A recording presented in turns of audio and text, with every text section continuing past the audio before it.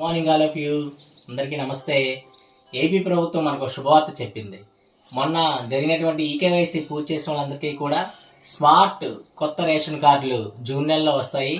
అదేవిధంగా ration card లేని వాళ్ళకి కూడా చక్కటి అవకాశం వచ్చింది కొత్త రేషన్ కార్డు అప్లై చేసుకోవడానికి. అలాగే మన రేషన్ కార్డులో అడ్రస్ మారాలా, వెంటనే మార్చుకోవచ్చు. కుటుంబ సభ్యుల్ని యాడ్ చేయాలన్నా డిలీట్ చేయాలన్నా సరే ఒక అవకాశం ఉంది. అలాగే స్ప్లిట్ రేషన్ కార్డులు కూడా అవకాశం ఇచ్చింది గవర్నమెంట్.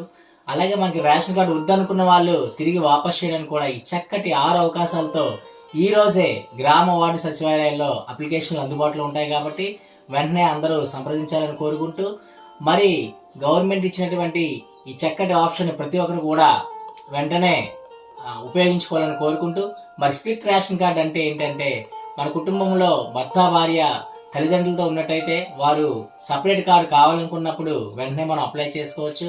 లేదా మన కుటుంబంలో ఎవరైనా చనిపోయినా వాడిని డిలీట్ చేయాలన్నా, ఎవరైనా కొత్తగా పుట్టి పిల్లలు ఉన్నట్లయితే వాడిని యాడ్ చేయాలన్నా, ఇలాంటి చక్కటి అవకాశాలతో మనకి 6 రకాల అవకాశాలతో మనం ముందు వచ్చింది. కాబట్టి ప్రతి ఒక్కరు కూడా ఈ చక్కటి అవకాశం వినియోగించాలని కోరుకుంటూ, ఈ వీడియోకి నచ్చినట్లయితే మీరు అందరూ కూడా షేర్ చేయండి, సబ్స్క్రైబ్ చేయండి, లైక్ చేయండి. మరిన్ని ఉపయోగకర వీడియోల కోసం వెంటనే ఈ ఛానల్ సబ్స్క్రైబ్ చేస్తూ ఏవిఎస్ సొల్యూషన్స్ సమాజ శ్రేయస్ కోసం, పిల్లల శ్రేయస్ కోసం. ధన్యవాదాలు.